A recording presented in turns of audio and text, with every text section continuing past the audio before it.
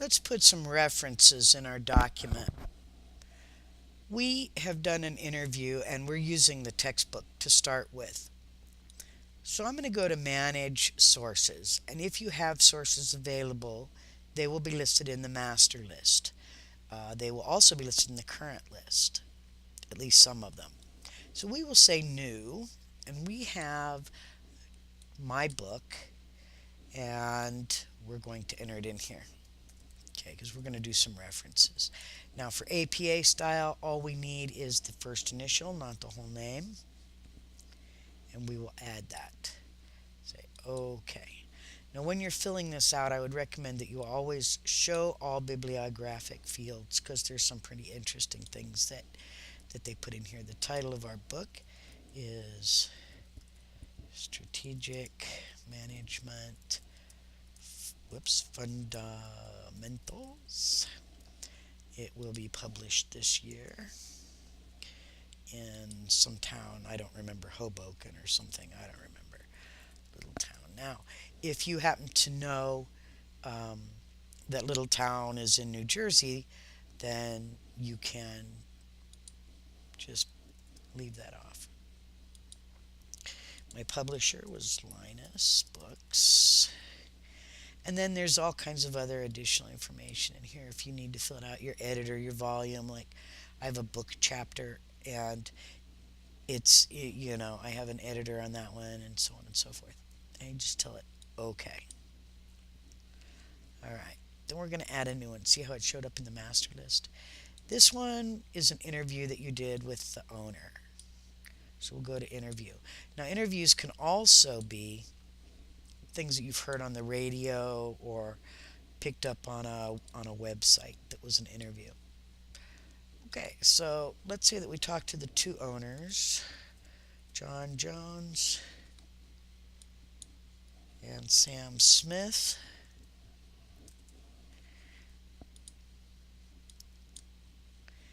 And the interview was, let's say it's about their value statements, ABC Company. You can title this, if you did the interview, you can title this whatever you want. Otherwise, it usually has a title. ABC Company Value Statements. And then whoever on your team did the interview. Um,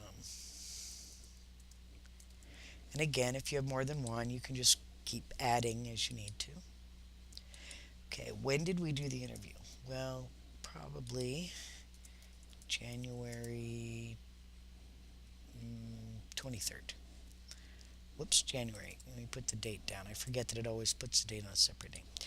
Okay, now this is a personal interviewer, so you won't have publishers and stations and all those kinds of things, but they are available if you watched this interview on the internet or wherever you saw it. All right, last we're going to do a journal article. These are or a website, a document from a website. These are the three most likely that you'll be using.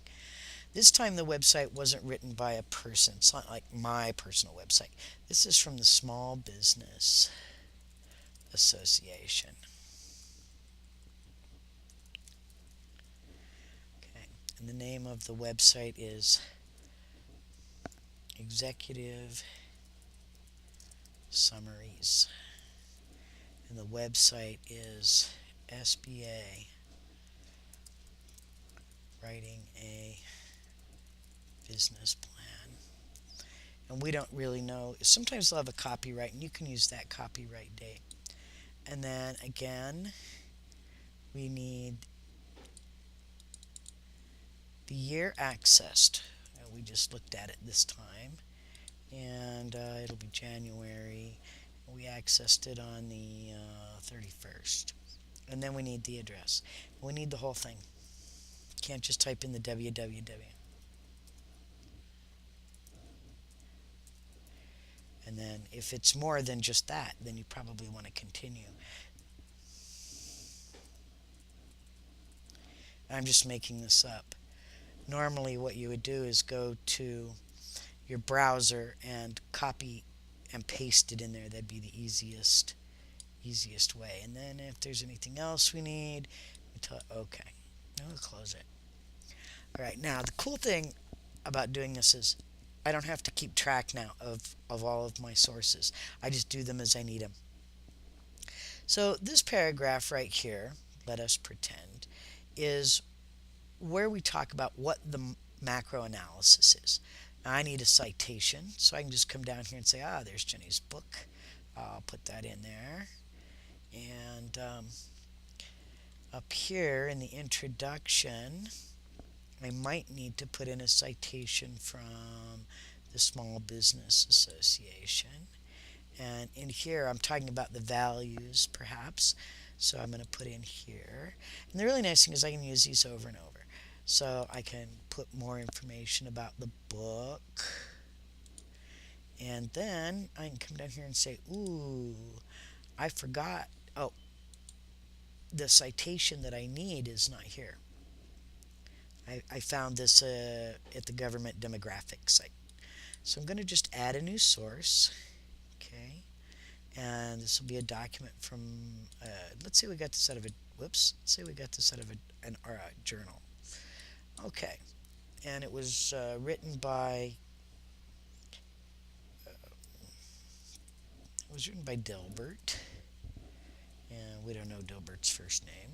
I think that is his first name. And then the title of the journal article, fun with demographics. And the journal name is Dilbert for Business Students. And the journal was published in 2011.